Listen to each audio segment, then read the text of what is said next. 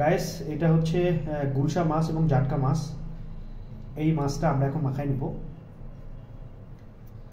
প্রথমে দিচ্ছি লবণ, এরপরে কিছুটা হলুদ দিয়ে দিব, এরপরে অল্প একটু গুঁড়া মরিচ দিব, দিয়ে সুন্দর করে একটু মাখাই নিব। আসলে এগুলি খেতে অনেক মজা লাগে। নর্মালি আমরা যেমন ভাজি করে খাই, কিন্তু এটা আজকে বেসিক্যালি আমরা তেলে ভাজি করে খাবো।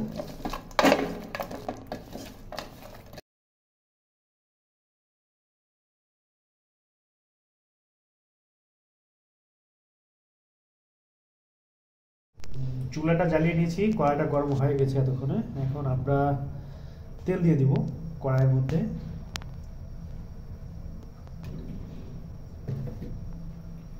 যেহেতু কড়াইটা আগের থেকে গরম হওয়া, সেহেতু তেলটা দেওয়া মাত্র তেলটাও হিট হয়ে যাবে।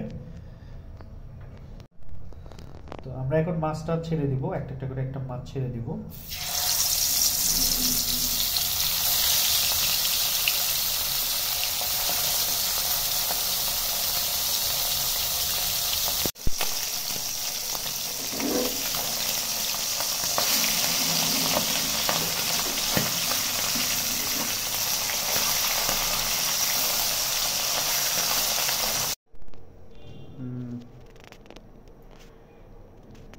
এই হচ্ছে মজাদার জাটকা।